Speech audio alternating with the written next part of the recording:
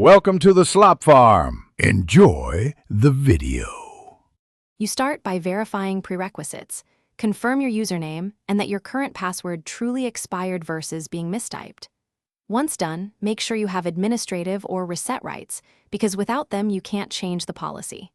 Also prepare a secondary authentication method, email, SMS, or authenticator app, since resets often require a second factor.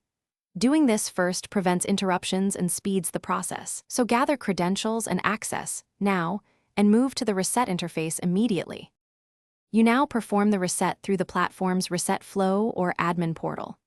Enter a new password that satisfies policy, length, upper/lowercase, digits and symbols, and avoid banned words or reused passwords.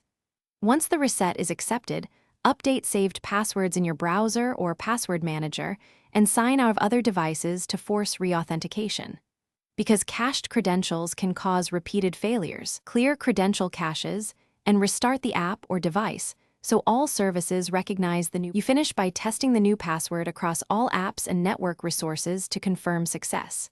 If you're locked out, use an admin unlock, recovery codes, or the emergency access account to regain control. If logins still fail, make sure the device time and time zone are accurate, because token-based systems break when clocks drift.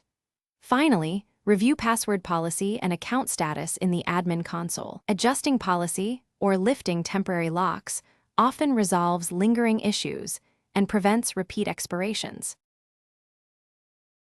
Thanks for watching. Consider subscribing if we helped you today.